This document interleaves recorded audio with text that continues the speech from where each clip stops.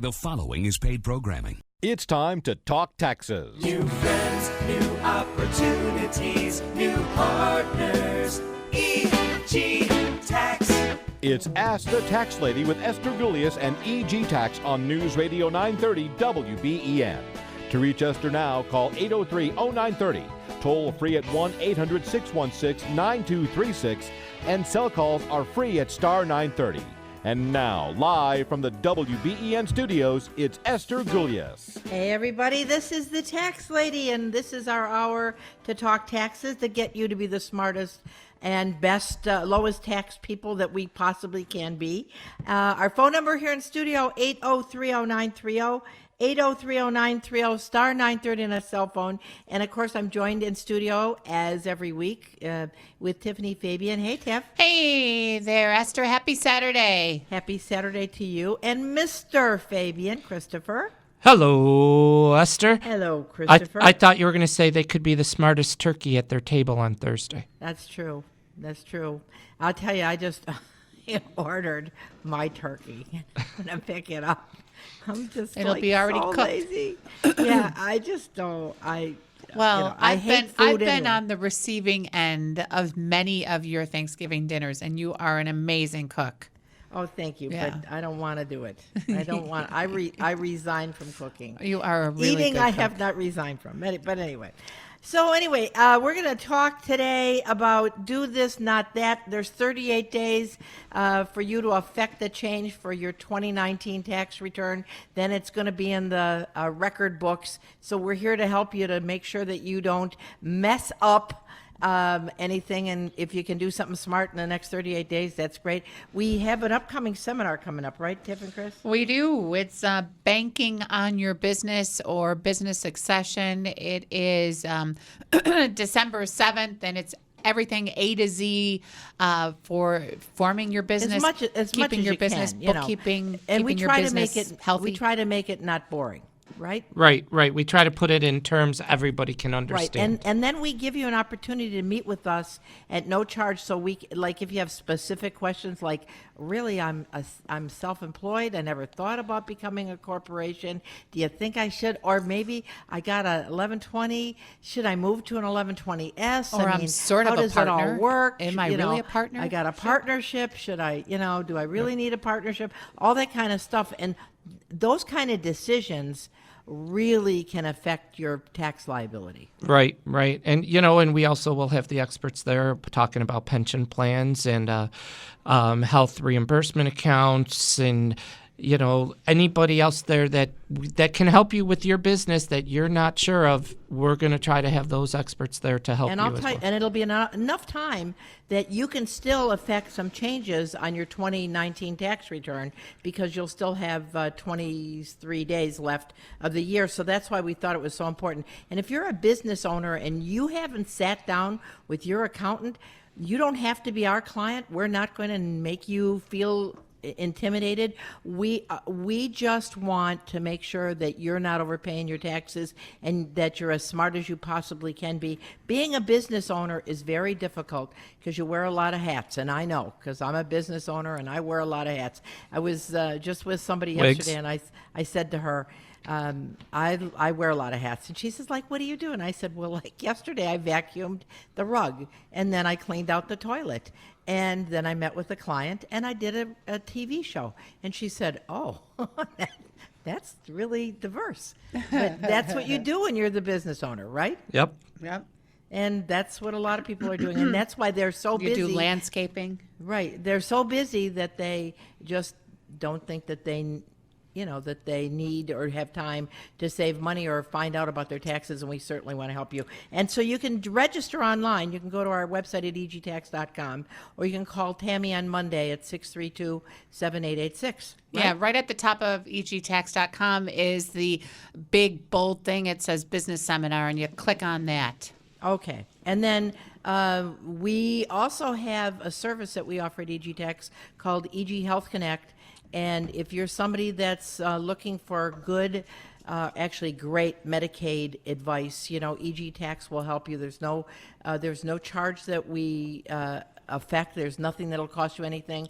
And Tim heads that up, Tim Elias, and you can also link from our website over to how to get in touch with Tim, right? Right, and he does do Medicare, but he also does for everything for under 65. So and tax planning when it comes to getting insurance Right, when you're because under Tim 65 is as well. also a tax expert, so Yep. it's great. And he's what is there? 62 different Lines. insurance companies For lines? Medicare, yep. Yeah, so you want to make sure that your insurance fits your needs. Yeah. Correct. And Tim really does a great job with that. I'm Esther Gullius, the tax lady from EG Tax, 8030930, 8030930, star 930 on a cell phone. We're going to talk do this, not that, so that you don't do stupid things before the end of the year. I just had somebody that just did something that wasn't the best in the world. She needed some money to buy Christmas gifts, so she took $1,000 out of her IRA, so we're going to talk about that. Our phone number, 8030930, 8030930. You can text us at 3930, and we have Dave, who's been holding. Hi, Dave. How can we help you, sir? Hi, yeah. I'm collecting a pension and Social Security. My wife worked a little bit this year, but she's retiring. Mm-hmm. And she's not going to collect anything until she's 66. She's 64 right now. Mm-hmm. And we were wondering, how much money should we take out of our IRA? We don't have any deductions or anything like that, so we have. All right, so let's talk some numbers, okay? How much is your pension? Were you retired the whole year, Dave? Yes. How much is your pension annually? $100 a month. How much? $1,400. $1,400 a month. That's your pension, right? Yes. And my Social Security is about the same. I took 62. Okay, and how much was her wages? We were talking about that. She might have made like $8,000 this year. Okay, and she's not collecting Social Security? No. She wants to hold out until she gets the whole thing. Okay, so you basically have $24,800 in Regular total income. but most of it is you're not going to be taxed on your Social Security. So you're basically looking at your pension and your wife's wages that would be possibly taxable. So you do have some room, especially if you utilize the IRA as a way to take more out of your IRA. So and maybe that's which you would have no tax liability on. But you could actually, how much could he take out of his IRA, Chris? About $2,000 before there would be taxes. On his Social Security, Yep. right? Yep. Well, actually, No, before taxes the at all. tax on because with the standard deduction, $2,000 before he would pay any tax at all. Right. The so social he can take the $2,000 out of his IRA free. Pretty much, yep. He should come in and we can run the numbers to Right. double check that. Okay. All right. And another thing, I know I heard the financial guys talking about this on the earlier show about whether or not to take your wife should take her Social Security. I know it seems like a year and a half.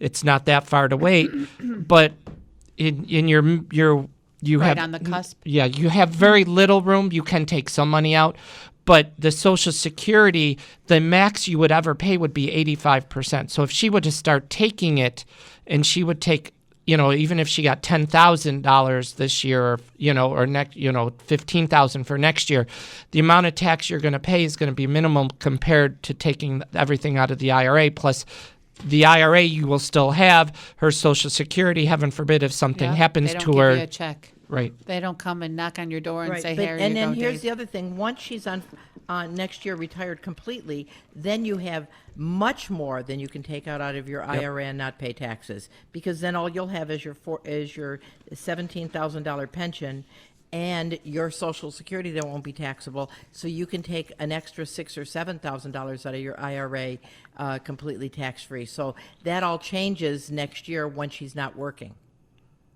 In 2020. I could take about $8,000 out. In 2020. In 2020, And then but in 2019, 2,000. And don't forget, while she's working, you could put money into a spousal IRA too. Well, Dave. she's not working. She Oh, I thought I heard She you. had wages. Okay. No, this year you could actually put the whole $8,000 away, Into but it. it's almost redundant because Somebody's if you taking- took it out and you put it in, it's just exchanging dollars, Right. so Yep. that won't make. So the best thing to do is just to take out about 2,000, and again, if you call the office, we'll get specific figures so we can know exactly how much to tell you to take out, and you can take that out of your IRA without paying any taxes, federal or state. Then next year, when she's not working, especially if she's not collecting Social Security, you'll have a lot more latitude of money that you can take out of your IRA completely tax-free. Oh, all right. That sounds. Okay? So give us a call, Dave, okay? Yes, I will. All right. Well, happy Thanksgiving. I'm Esther Golias, the tax lady from EG Tax, 8030930, 8030930, star 930 on your cell phone. We're going to take a short break, and we'll be back on the other side with your questions.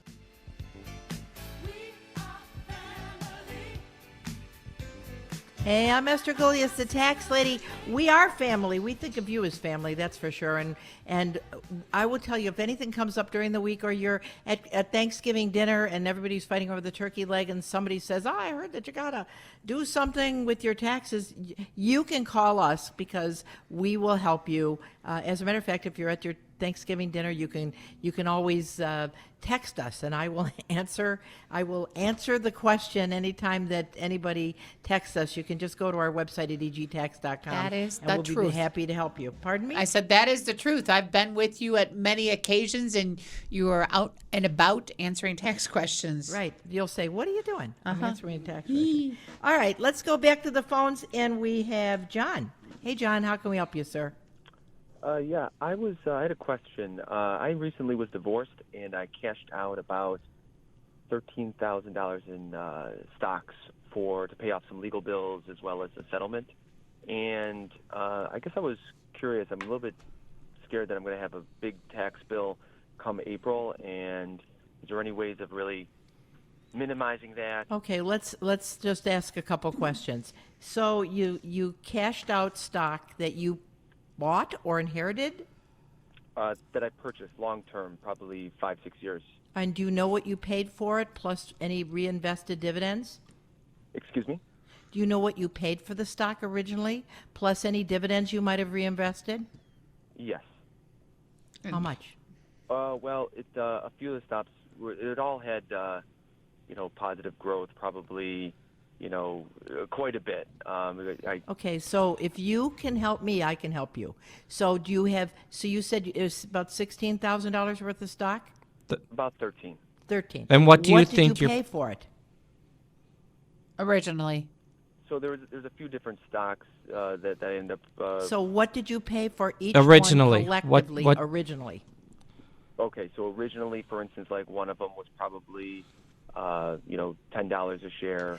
Collectively, like I bought ABC stock for $3,000. I bought CDE stock for $4,000. I bought XYZ stock for $2,000. 3, 4, and 2 would be your cost basis. Right. So for the first stock, probably purchased it at $5,000 originally. And the second one? And the second one, probably 2. Yay. And the third? The third, maybe like 1. All right, so 8,000, and you liquidated the whole shooting match Right. of those three. So 8,000 would be your cost basis, which you would then subtract. I You'll don't know have a whether you $5,000 reinvested dividends or not, but if you did reinvest your dividends, that would increase the cost basis as well. But what we know, your gain would be about $5,000. And depending upon your tax bracket, now, are you a married guy or no, you're divorced, right? Right. And so how much do you think your income's going to be this year? Probably, so my base salary somewhere around, 85, 88. Okay. I have a rental property as well. Okay. So, again, I don't know some of the specifics, but the most you would pay is about 15% on that. So about $5,000. $750. Right. So the worst it would be about, again, we don't have all the specifics, but based upon what you're telling us, your tax liability is going to be about $750, which is not so bad. Now, And last year, did you get a refund or did you have a balance due? I had a balance due. Okay. So do you have other stocks in your That's where I was portfolio? going. I do. Do you have any losers, or are they all doing pretty well? Yeah, I got rid of the losers, leading up to it. So, right now they're all positive. All right. So did you sell the losers this year, or did you sell it in previous years? Previous years. All right. So everything else is positive, correct? Right. So are you maximizing your 401k plan at work? And he might want to do some rental expenses, rental Yeah, I'm repairs. just getting to that. But Okay. do you have a 401k at work? I do. So have you maximized that? I have not, and that's what I was. So that's something to do. All right, that's number one. And number two, Tiffany mentioned with your rental property, are there things that you need to do to your rental property, such as maybe get some new appliances or get new carpeting, anything that would be a ordinary and necessary expense that you can kind of pull up into 2019 versus waiting till 2020? That's one that I was thinking about carpeting, and then there was a couple of things I wasn't sure which was going to be the most. I can't do everything, so I was wondering Right. what would be the most bang for my buck if I'm gonna only be able to do one. Well, they just changed the depreciation, so many things you can do 100% expensing on. So what I'd suggest you do, and there's no charge, you can call us at the office at 632-7886, and we can talk specifically about your situation, because most people don't have all these numbers off the top of their head, and we can help you more excellently. Okay, I will do that for sure. All right, good enough. Hey, thanks for calling. Have a great Thanksgiving. You too. All right, thank you. I'm Esther Gulias, the tax lady from EG Tax, 8030930, 8030930, star 930 on a cell phone, and you can text us at 3930. Right. But, that's kind of what you have to do. You have to first figure out what your gain is, and then say, gee, can I offset that by any losers? And then have I maximized my 401k contributions at work? Do I have any extra money to do that?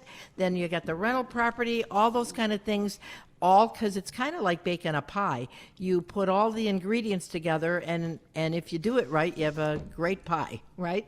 That's right. It sounds like a good recipe, and so then out comes what you've baked. Right. Okay, let's talk about do this, not that. The first thing I had was, if you have wages, which John did, have you maximized your 401k contribution, or have you put money into an IRA if you qualify?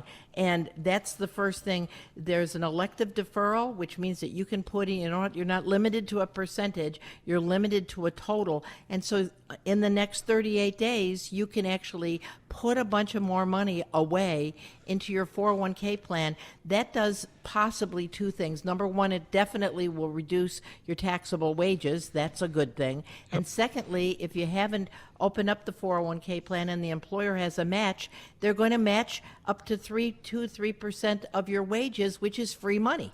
That's right. Right. And then you could also qualify for the retirement savings credit, which Right. would give you a little bit extra bonus in your refund. Right, absolutely. So that's the first thing I do if you have wages. The second thing is if you have interest income. Interest income is taxed just like wages. It's fully taxable, Right. federal and state, right? Yep. Unless you have a municipal bond. Then how is it taxed? Then it is tax-free on the federal and potentially tax-free on the state of New York. Right, if now they're how does New it get York. to be tax-free on the state of New York? Well, the muni bonds have to be issued inside New York State. So New York. They have to be, right, New York, like they have to be Oneida or New York City or Buffalo municipal bonds, right? Erie County. Erie County, right. They can't be Oklahoma municipal bonds, right? Right. Because then Or they'd be Erie County tax-free on of the federal, but Ohio. taxable in New York State. Now, the downside, the plus side, is if you take your interest and move it to a municipal bond. The plus side is you're not going to pay any income taxes, federal, and if they are New York State municipal bonds or New York State. The downside is they pay you a much worse percentage.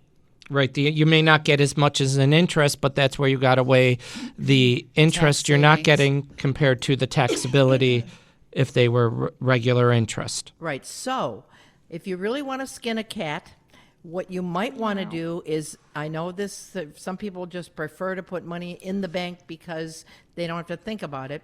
But if you took that money out of the bank and bought blue chip stocks with it, then instead of you getting interest, you're now going to get dividends. Now, if you had dividends, for instance, if you had $10,000 in interest, you would, and you're in the 15% bracket, federal, and 7% New York State, on that $10,000 in interest, you'd pay $2,200 in taxes.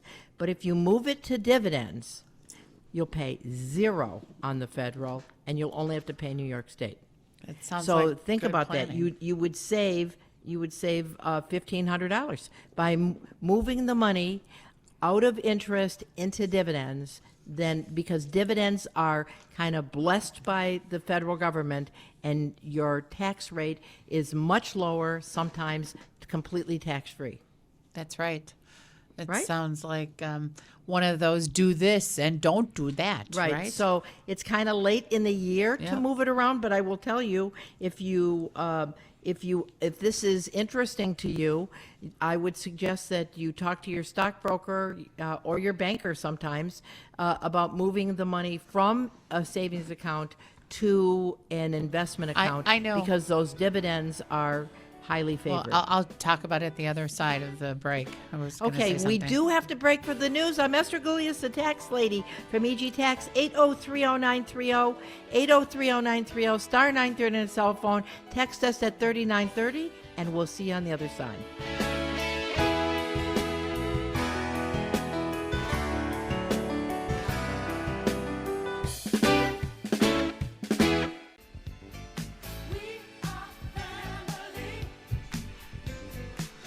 Hey, we are family. I'm Esther Gulius, the tax lady, and we are glad you're listening to us on Ask the Tax Lady. I have Tiffany Fabian, Christopher Fabian in studio, and we're talking about do this, don't do that, and we're going to kind of justify why we're talking about And it, because we want to make sure that you don't overpay your taxes.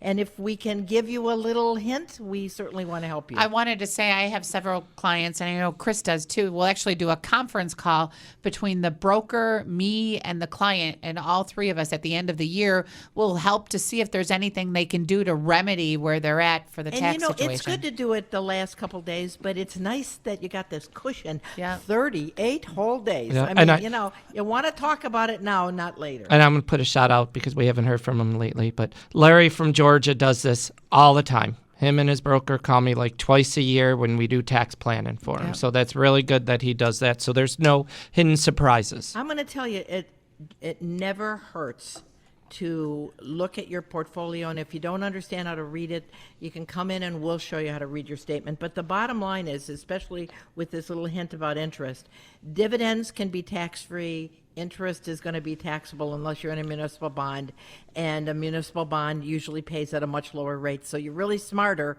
if you're somebody that doesn't mind going into the market, moving into dividends, because you get a lot more money and it's going to be tax-free, and what a smart thing, right? I'm Esther Gulius, the tax lady, 8030930, 8030930, star 930 on a cell phone. You can text us at 3930. Okay, so kind of in that same genre with the dividends is capital gains, right. right? That's right. So the first thing you want to do is capital gains. We talked about this last week. Is kind of real. It's like the dividends. They give you a special tax break if you are in capital gains, unless you didn't hold it for the capital gains period. If it just stays a capital asset, then it would be taxed as ordinary income. So you want to make sure you hold the asset for how long? More than 1 year. Right. Because if you sell it the day before it's over a year, then it's going to be taxed just like wages, just like interest. But if you hold it for more than 1 year, then it gets this special treatment. And the special treatment is if you are in less than the 15% bracket on the federal, you will pay zero taxes on the capital gain. That's pretty cool. Right? Yes. Which is a really huge advantage. So if you owned a stock for 11 months with a gain of $10,000, and you don't keep it for over a year, you would pay $2,200 in taxes. If you wait for a year, the tax bracket goes down to 0, and you'd pay nothing on the federal, only on New York State. So that makes sure you're not trading stocks before that have a gain before the year is up. And then I can't tell you how many times a broker will say, no, we're just rolling over the stock. Yeah, that's another word for selling it. That's another word for selling it. And so I was just with a client the other day, and they're like, no, we don't have to worry about it. I'm like, there was a 1099B. He just rolled it over. He just rolled it over. I'm like, no, he didn't. He sold it. You could see it right here on the 1099B. But no, he told me he rolled it over. So you really have to make sure you ask the right questions. And you really do have to really listen to what people are saying. We have become like wordsmiths in this country. That's very well said. We really say we can. Well, you know, if you've ever listened to a British person talk, right, they can tell you off in the most lovely way, yes, and you're kind of 3 miles down the road and say, "I just think they just told me off," but they really know how to wordsmith. Well, I think we're getting kind of the hang of it, and we can tell you things, and we don't want to say we sold it. We say we rolled it over. But if that stock was owned by you and then it's not owned by you anymore, even if you bought other stock, it's still a sale. Right. And Yep. it, just like we said to our guy Dave at the beginning of the show, it isn't what you're selling it for, it's what you paid for it less what you sold it for is the taxable portion. So your gain is determined before you pay taxes. You're not paying taxes on the sale, you're paying taxes on the gain. Right. Yep. Right? Exactly. All right, so moving on. Gifting versus inheriting. And this is the time of year that people are gifting things. And that's lovely to give a gift. But you have to understand, when you gift an asset, that can cause a problem to the person you gave the gift to later on if they sell it. Now, why is that the case? Sure. Well, when you inherit something, you get this benefit. It's called the stepped up basis. But when you gift something, it goes back to the original basis that the gifter paid for it, or what their basis is. And so you want to, if you can, inherit something. A problem can be when you gift something. Right. So especially when we're gifting, maybe we say, well, we want to put your name on the title of the house. We want to gift you all the stock. And that's lovely to do, but remember, the person to whom you've given the gift to, when they sell it, if it was truly a gift, they're going to end up paying taxes on it when they decide to sell it. Right. So, like, if you're for Thanksgiving and mom and dad say, you know what, I'm going to put the house in your name right after the holidays, so we don't have to worry about for Medicaid taking it if something happens to me. That might not be the best course of action. There's a life estate, and there's other plannings you can do for that. So if that does happen, give us a call. Talk to an elder care lawyer. Right. And, so many times kids don't want to talk about money with their parents. And so everybody kind of beats around the bush. So you can make an appointment, bring your parents into EG Tax. We won't beat around the bush. We will just say, what are you trying to accomplish? And many times they're trying to make sure that there's no problem if they should go into a nursing home. And that needs to be done 5 years prior to going into a nursing home if you are looking for Medicaid to help. So, you want to make sure that you take a look at everything, not only just the gifting of the house, but would you be concerned if your kids have to pay the taxes upon the sale of the house if you do gift it to them? So that's where it's really good to have that frank conversation. And on our website, we have a kind of like a letter of intention. Right. It talks all about your assets and everything. That's a really good thing to fill out. That's one of the best gifts you can give your kids at Christmas time, is that here's my wishes, here's my assets, here's my passwords, here's my bank accounts, and you can keep it in your safe deposit box. And it's a wonderful thing when the inevitable happens, right? Right, and it is inevitable. Right. So let's say that You know, and so we talked about houses, but let's say that your niece, you gift them ABC stock that you bought for $1,000 that's now worth $10,000. Well, then if she sells it, she'd have a gain of $9,000. But if she inherited the stock, the fair market value on the date of your death, the person that gave her the inheritance, it becomes stepped up. So whatever it was worth on the date of your death would be what it's as if she paid for it, so there would be no gain. So sometimes going through your estate is the best thing to do. Right. Instead of gifting it to her, because Right. then she'd have no gain, which is really nice. Right. So I'm Esther Gullius, the tax lady. 8030930, 8030930, star 930 on a cell phone. You can text us at 3930. And let's, Wait, yes, sir. sorry. Going back to gifting, because this is a popular call we always get. How much can I gift before I have to pay a gift tax? A lot of money. Right. Now, the whole thing is the gift tax has to be millions of dollars before you'd have to pay a gift tax.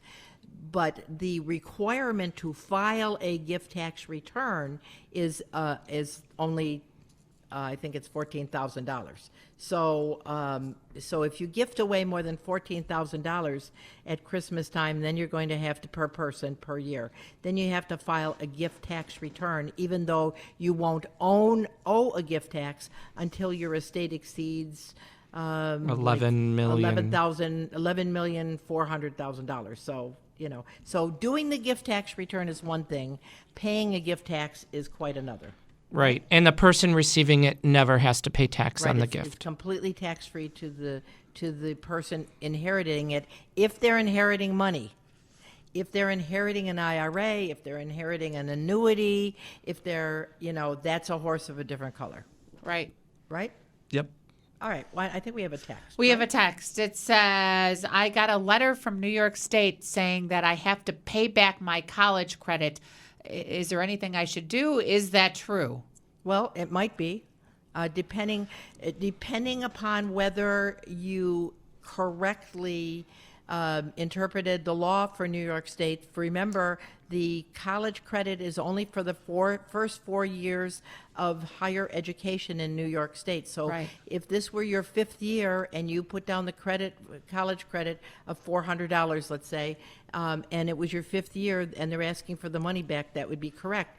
If, however, it was your 3rd year and you did have, and you were in college And it cost. Right, and you had that much in cost, then you would be able to potentially qualify for the credit. You just have to prove to New York State that you were actually in higher education, and this was under the first 4 years, and this is what I actually paid for tuition. If you had a full ride and you didn't have any costs, then you wouldn't be entitled to it as well. So I would suggest that you call us and we will look at your letter Yeah. for you and help you to answer that effectively. A billing statement is always a good idea for the year. I know right now they're running through New York State is their 2016 returns. And so a billing statement from the college or university for tax year 2016 is a really good idea. And we'll look at it and see if it's true.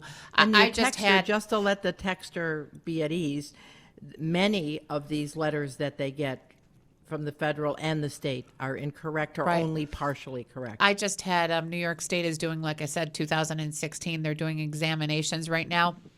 And somebody was a part-year New York State resident. They were 51 years old, and they backed away all of their New York State pension. Again, they were 51 years old.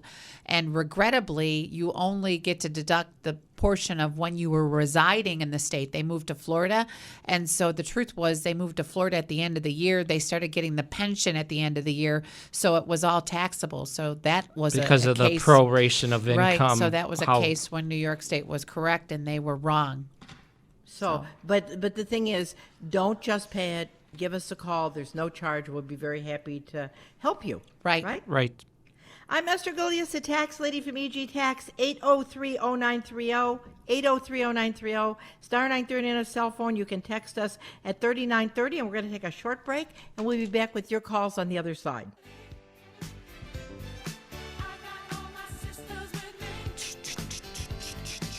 Hey, we are family. I'm Esther Gullius, the tax lady from EG Tax, joined in studio with Tiffany Fabian, Christopher Fabian, and I want you to think of us like we're your gumbades, like we're your good friends, you know, because we are family. And if you need us anytime, you can go to our website and text us. Go to egtax.com. We're there all the time. We answer tax questions at no charge, and we want to help you. We are talking about do this, not that. And I just want to, before I get to the phones, I want to quickly say, if you are somebody that is is retired and you have money in an IRA and you're kind of living off your Social Security in a part-time job, and you say, well, I don't have to pay taxes, so I'm not going to start doing my any withdrawal from my IRA because I'm not 70 and a half. Think about it this way. Let's say that you had $276,000 in an IRA and you're 63, got a little part-time job making $10,000, you're living off your Social Security and your part-time job of $18,000, you're filing a joint return, you don't have to pay taxes. Well, you're not paying any taxes at all, that's true, but you can take money out up to $12,000 out of your IRA and then put it into another investment, and then when you're age 70 and a half, that money's gone and it won't be taxable. So it's a way to make what would have been a taxable IRA distribution non-taxable, because you're playing like in bumper pool, you're playing the angles and you're taking the money out tax-free, and it isn't a Roth. And so you got the benefit when you put it in, and you got the benefit now when you take it out. Yep. Right? Yep. And so that would be really smart. So if you're not paying taxes and you got money in an IRA, give us a call. We'll tell you how much you can take out and have it still be tax-free. That's my point. All right, let's go back to the phones. And we got Joe. Hey, Joe. How can we help you, sir? Joe? Mr. Joe. Yeah, Joe's here. Hey, Joe. What can we do for you, sir? Yeah, Esther. Hey, I like your show. Thank you. Question for you. I can't remember, because I know I had it with one of my other kids years ago. Okay, got two kids in high school taking Syracuse classes that I have to pay for. Okay? There's Syracuse college credit. Oh, Right, yep. right. Yep. You have to pay for it, you know, because I'm APA. and whatnot. It's advanced placement. Right. Pardon? It's an API advanced placement. Yeah, exactly. So I can't remember as far as what's deductible, what's not.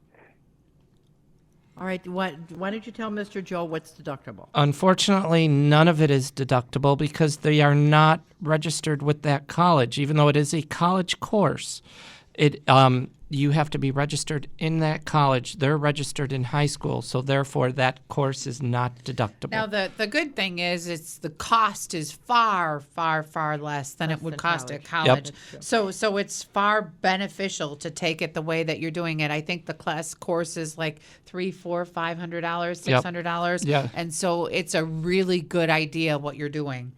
Had they been registered to the school, all they could have done is taken what was called the lifetime learning credit, which would be only a 20% credit anyway. But because they're not registered in the college, they're still registered in high school, they wouldn't qualify for the credit. Yeah, so it's back to the working guy who gets. Now, Right, probably, just think when they go to college, though, you're going to get the American Opportunity Tax Credit and the Empire State Tax Credit, and that'll save you like almost $3,000. So Are they there is going to hope at college the soon? light at the end of the tunnel. Joe, they got to be going to college soon because usually you take APA. Right. Bothers me Right. though is okay. They're in college. I'm paying, and there's next to 3 or 4 people that go for free. Are they in college right now, Joe? Oh, they're going to be college. Yeah, they're going to Yeah. be. So Right. And yeah, then, you're right though. Right. Well, Well, that's a society we live in, Yeah. Joe. I mean, it's handouts for people that are non-producing, and people that produce are the ones that are paying, and that's what we vote for in this state of New York. Yeah, Right. well, and it's a strategy that people use sometimes where they purposely keep their income down. Right. Yes. come down, and Yes. and if you go above that, sorry, Charlie, I just don't understand it. Okay. But I'm going to tell you something, and I've always felt it this way, Joe. People that are always trying to skate the system, that are playing the system, they may get their little perks here and there, but The in the wheel makes a long full run, circle. you're the one with the good house, you're the one with the good retirement, you're the one that showed your children about what hard work is. And I think personally that it's a lost art, because I think so many of us want something for free. And let's face it, it's not free. Somebody pays. Yeah, one final question for you too, Esther, is you guys work with people like to fill out the FAFSA? And, We do the FAFSA at no charge. okay. Yeah. Okay? So just call our office, Yeah, we'll be very happy to help you. 632-7886, and make So an don't appointment. eat too much turkey on Thursday, Joe. Yay! Thanks for calling. Yeah, and I know, Esther, you're always a person who says people who have skin in the game perform better. Oh, I do. like that. And, so I mean, there may be, people that are really down and out, I'm for helping them. People that are skating the system, they're going to do it to their own detriment because they'll never really get ahead. Because if you're trying not to make money, that's the opposite of what the American way is, Yep. So that's just my opinion. I think that hard work is where you ought to be. Exactly. So, let's go to Kelly from Buffalo. Hi, Kelly. Hi, Esther. Thank you so much for taking my call. I'm really enjoying the subject matters Thank you. of the show today. And how can we help you? Can you hear me? I can. Yes. Okay, great. I'm a small business owner. I just received my DBA license and my tax ID number. Okay. Congratulations. Oh, thank you so much. And my question to you is, I do jewelry making. I create and sell my own jewelry. So I'm wondering, even though I'm on Social Security disability also, will I owe taxes next year on the SSD, even though I made little to no earnings this year? All right. So, are you single or married? I am single. All right. So, when you take half of your Social Security you receive, plus your other sources of income, if that comes to over $25,000, then the excess over 25 is going to be half taxable. Well, it sounds like in your situation, if you are especially starting your small business, that you're not going to have to pay taxes on your Social Security, but we hope that you become Profitable. was wildly successful, and your Social Security at that point in time might become taxable. You want to make sure that you're keeping your accurate books, that you're paying your sales tax on time, and that you're using all the tax angles that you possibly can. And you might want to come to our seminar on December the 7th so we can help you with your bookkeeping, make sure that you have your proper sales tax in order, your liability insurance and things Right, of that business nature. entity. It's a no-charge seminar. Very happy to help you. Oh, that sounds great. And you have no other income, right, Kelly?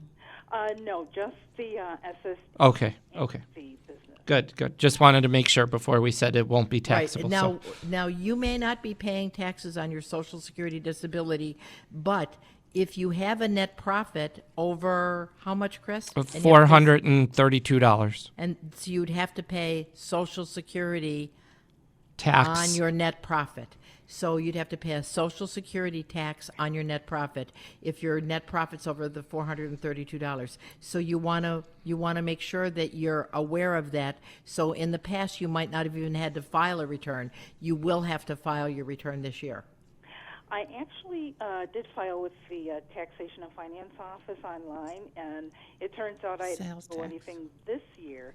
And I'm just glad that I have your information, so now I know. Good. Well, that's great. Well, if you need any help, and we also have a bookkeeping book that we'll give you. If you're not somebody that likes to use QuickBooks or something, we will be very happy to give you a book. So if you want to stop out to our corporate office at 1890 Colvin, we'll be very happy to give you a book.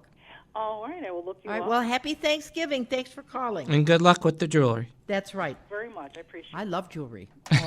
You love just made a jewelry. button bracelet that would knock your socks off, Esther. I like your just showed that to a friend of mine, Yeah? and she's making button bracelets for everybody. They're so anybody pretty. that knows Debbie, they're getting button bracelets for Christmas. They're really pretty. They are pretty, and they were fun to do too. Yeah. So I love it. I love to do crafting. Right. Yes. Okay. So do that's that. really- Ha ha. I said, so do And that. don't do that. Right? Yes, that's right. I'm Esther Goulias, the tax lady from EG Tax. All right, so we should let people know that because there's 38 days left, if you have any questions, if you're wondering what to do, looking at your investments, should you put money into an IRA, all those kind of things are very important. The last place you should take money from would be where? If you have to, like, let's say for Christmas, people are saying they want to do Christmas shopping. Should they take money out of their IRA or their pension plan to go Christmas shopping? Absolutely not. No, go get a Christmas loan at the credit union, borrow the money. Right, because borrowed money is tax-free. Right. Money that you take, and so many times people say, well, I don't really want to pay, like on a home equity credit line, I don't want to pay the 5%. So what they'll do is they'll go and take $5,000 out of their IRA. They're under the age of 59 and a half. So if they're in the 15% bracket, they're going to pay $750 in income tax plus another $500 penalty for being under age 59 and a half. So they're going to pay $1,250 in taxes off the $5,000. Whereas if they did a home equity credit line, they'd only pay $250 a year. So it's going to take 5 years in interest on their home equity credit line, which would be then paid off, to equal what you would get taxed in 1 year if you took it out of your pension plan. So borrowing money from your pension plan is the way to go. Don't take it out. Don't take it out of your IRA. Borrowed money is the way to go. Yeah, there's a text message that said, did it change from 600 to 425? He's confused. The 600 is where you would get a 1099 from the person you did work for. It didn't change. That did not change. And the 425 is what it's... When you start getting hit with self-employment tax. Self-employment tax. Yep. Right. So Which it is did not. FICA, right? Right. As Esther always says, don't confuse apples and oranges, right? Well, and it's very easy because it all sounds the same, right? Right. Yep. It does. It all sounds the same. Okay, so again, EG Tax is there to help you. If you're getting letters, just give us a call. Come on down. We'll help you. Questions anytime. We're happy to help you. The small business seminar we're going to have is December the 7th.